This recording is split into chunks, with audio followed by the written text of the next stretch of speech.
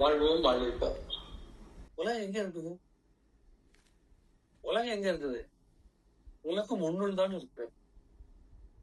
நீ ஒத்துக்கிட்டா உண்மை, நீ ஒத்துக்கலைன்னா தப்பு. இது கூட இன்னும் தெரியல. அழிஞ்சிரும்னா அழிஞ்சிரும், இருக்கும்னா இருக்கும். அக்காடி அது மட்டும் புரிஞ்சுக்கல. மழை பெய்யுது, என்ன மழை நினைக்க கூடாதுன்னு நினைச்சிட்டா மழை பெய்யாது. அப்போ உங்ககிட்ட என்ன வேணும்? வில் பவர் வேணும். எல்லாரிடம் இருக்கிறது, ஆனா நம்ம பயன்படுத்தலையே. அந்த அளவுக்கு வில் இல்லையே நம்மள்ட்ட. எண்ணிய எண்ணியாக எதுவர் எண்ணிய திண்ணியராக பெரியன் இல்லையா? Everything can be short out. எதுவும் பண்ண முடியும். முடியாமல்ங்கிறது ஏன்னா எல்லாமே ஒண்ணுக்குள் ஒண்ணு தொடர்பு உள்ளது. நன்றாக செய்யுங்க. மனுஷன் மட்டும்தான், மனுஷனே தொடர்புல சண்டை போட்டுட்டுலாம் இருக்கிறான். மரமும் காக்காவும் மலையும் நீரும் கடலும் எல்லாமே என்ன சொந்தமானவைகள். உருவ நிலையில் இருப்பது அத்தனையும் சொந்தமானது. அதை இன்னும் உணர்வதற்கு நம்ம வரவே இல்லை. இன்னும் நம்ம வரவே இல்லை. அப்ப நம்ம என்ன பண்ணணும்? நம்மளை பற்றி தெரிந்து கொள்ள வேண்டும். அது ரொம்ப முக்கியம். அதான் திருமூலர் சொன்னார், தன்னை தானறிய தனக்கொரு கேடு இல்லை. தன்னை தான் அறியாமல் தானே கெடுகின்றான். நீ உன்னை பத்தி தெரியலனாலே நீ கெட்டு போயிருவ. அங்கேயும் சாபம் சொல்லிட்ட. என்னை பத்தி நான் எதுக்கு தெரியணும்? கெட்டுட்டேன்னு அர்த்தம். நீ பிறந்ததே ஒண்ணு தெரியறதுக்கு தான் பிறந்த. அதே தெரியலன்னா கெட்டு போயிட்ட. அப்ப சொல்லுவேன், நான் வாழலையா, என்கிட்ட பணம் இல்லையா, வேலை இல்லையா, நான் வீடு வாங்கியிருக்கேன், காடி வாங்கியிருக்கேன், எனக்கு நிறைய ஃப்ரெண்ட்ஸ் இருக்காங்க. இதெல்லாம் எங்க கொண்டு வைக்கிறதுக்கு? காடியை கட்டி நாளைக்கு சுடுகாடு கூட அனுப்ப முடியுமா?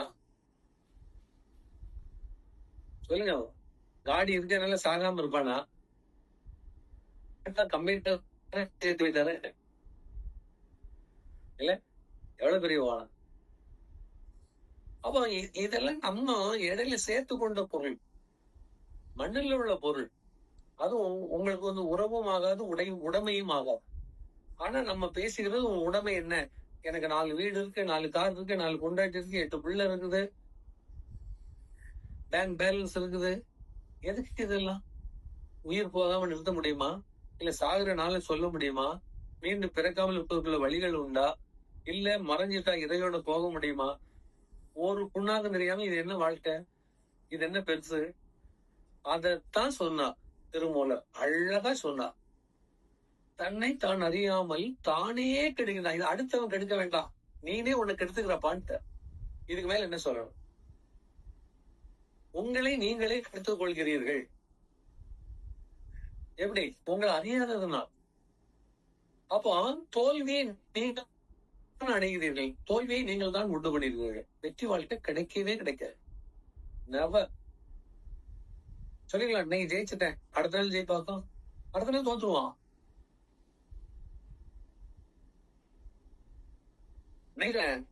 செஞ்சுரி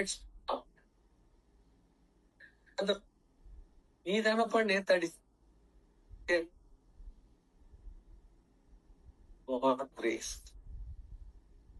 என் கையில இல்ல. அப்புறம் எதுக்கு நேத்து அவ்வளவு கொண்டாடுன?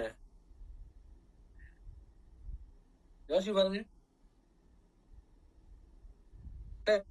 டைரக்டர் சாங் விடாது, சூப்பர் ஹிட். அடுத்த படத்துல காது கொடுத்து கேட்க முடியும், ஒருத்தருமே அதை ரசிக்கல. அவர் பண்ணதுதான். அது எப்படி ஆரம்ப காலத்துல நீங்க சூப்பர் கொடுத்துட்டு காலம் போக போக போக உங்களுக்கு வளர்ச்சி கூடிட்டுல இருக்குது, எக்ஸ்பீரியன்ஸ் ஓவர் ஆயிட்டுல இருக்குது, அனுபவம் வந்துட்டுல இருக்குது. அப்ப அதை விட இப்ப நீ அதிகமா எல்லாம் கொடுக்கணும். ஆனா இப்ப என்ன பண்றான்? இப்ப எனக்கு அதெல்லாம் போட முடியலங்க, வரமாட்டேங்குதுங்க. எங்க இருந்து, எந்த கடையில இருந்து வாங்கிட்டு வந்த? உன் பிரெயின் தானே கொடுத்தது, பிரெயின் கொடுக்க மாட்டேங்குது. ஏன்? அப்ப நீ பண்ணல. மழை பொழியும் போது தரையை நினைச்சிட்டு போகுது, மழை நின்ன உடனே தர வெடிக்குது. அந்த மாதிரிதான் உன்னுடைய கர்ம கணக்குப்படி அது வெளிவருகிறது. கர்மா இல்லாத பொழுது அது அடங்கி விடுகிறது. இதுக்கு நீ எங்க பொறுப்பு? அதை ஏன் வெட்டி எடுத்து கொண்டாடுறேன்? நான் செய்தேன், நான் கண்டுபிடிச்சேன், நான் பண்ணேன். அகம்பாவம் தானே, போலி தானே, பொய் தானே. அப்ப அதுக்குள்ள தண்டனை நீ அடைஞ்சுதானே ஆகணும்.